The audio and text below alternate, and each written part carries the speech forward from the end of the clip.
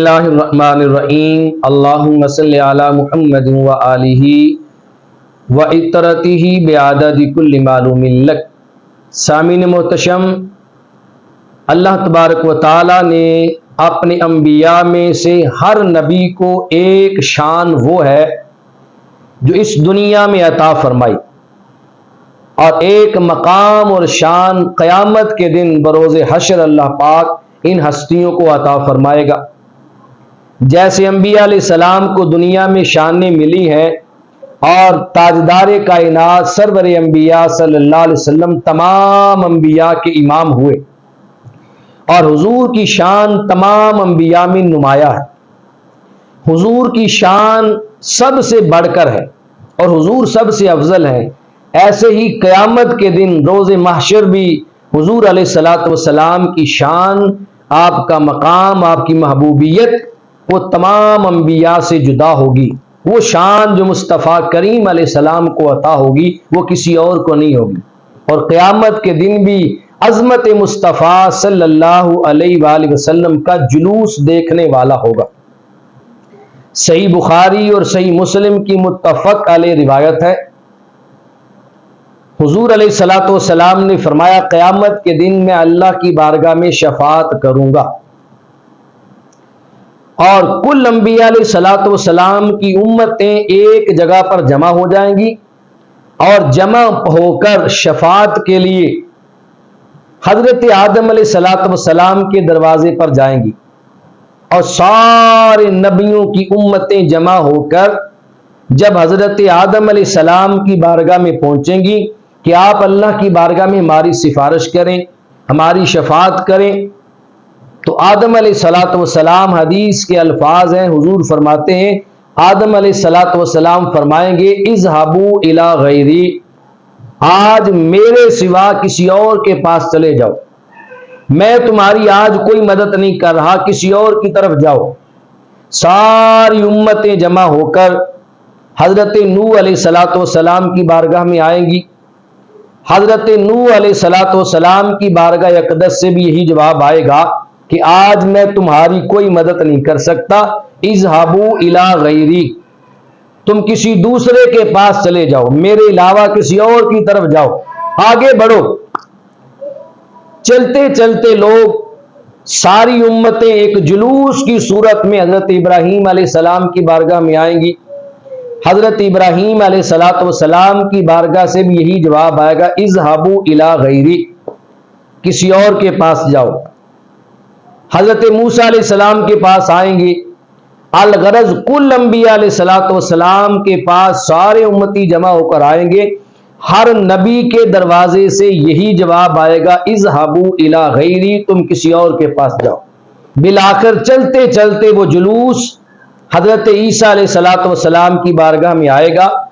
عیسیٰ علیہ الصلوۃ والسلام فرمائیں گے، آؤ میں تمہیں آج اس بارگاہ کا پتہ بتاتا ہوں کہ جس بارگاہ میں جانے کے بعد تمہیں یہ نہیں کہا جائے گا کہ تم کسی اور کے پاس جاؤ، جس بارگاہ میں تمہاری سنی جائے گی۔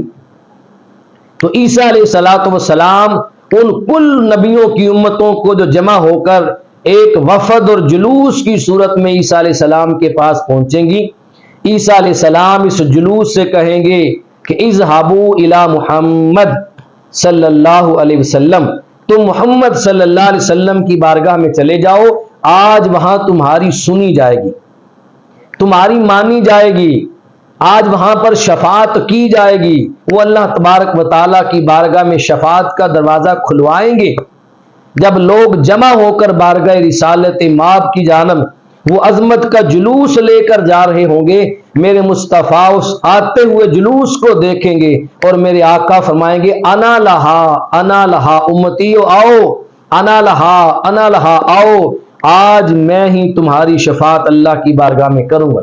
تو دیکھیں قیامت کے روز حضور علیہ الصلوۃ والسلام کی عظمت و شان کا وہ جلوس دیکھنے والا ہوگا، جب کل انبیاء علیہ السلام کی امتیں آدم علیہ السلام سے لے کر عیسیٰ علیہ السلام تک سارے اس جلوس میں شامل ہوں گے۔ اب سوال یہ ہے کہ عیسیٰ علیہ السلام نے تو حضور علیہ السلام کا پتہ بتایا کہ حضور کے پاس جاؤ، اگر آدم علیہ السلام کے پاس جب وہ امتی گئے تھے تو آدم علیہ السلام ہی ان کو ڈائریکٹ حضور کی بارگاہ میں بھیج دیتے کہ حضور کے پاس جاؤ، وہ تمہاری فریاد سنیں گے اور تمہاری شفاعت کریں گے۔ تو اتنے نبیوں کے پاس جانا نہ پڑتا۔ آدم علیہ السلام نے نہیں بتایا، کسی نبی نے نہیں بتایا، عیسیٰ علیہ السلام نے بتایا، اس لیے کہ رب کائنات چاہتا تھا آج ہر نبی کی امت اپنے نبی کے دروازے پہ سائل بن کر جائے۔ جب اپنے نبی کے دروازے پہ سائل بن کر جائے اور ان کا نبی ان کو بتائے کہ آج یہاں نہیں، تمہاری کسی اور جگہ پر سنی جائے گی۔ کسی نبی نے یہ نہیں کہا کہ تمہاری مدد نہیں کی جائے گی، تمہاری سنی نہیں جائے گی، بلکہ فرمایا تم آگے جاؤ، کسی اور کے پاس جاؤ۔ ہر نبی نے دوسرے دروازے پہ بھیجا۔ یہ ہر نبی کی بارگاہ میں جلوس کا آنا، پھر آگے بھیجا جانا، یہ بتانا مقصود تھا کہ ہر نبی کی امت کا ہر فرد جان جائے کہ عظمت مصطفیٰ کیا ہے۔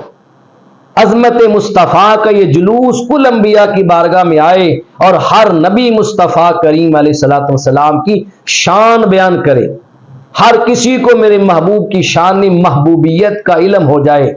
اسی لیے کہتے ہیں کہ فقط اتنا سبب ہے انعقاد بزم محشر کا، فقط اتنا سبب ہے انعقاد بزم محشر کا کہ ان کی شان محبوبی دکھائی جائے گی۔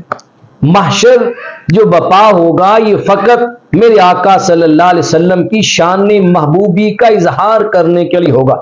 اللہ اپنے محبوب کی شان دکھانے کے لیے محشر بپا کرے گا۔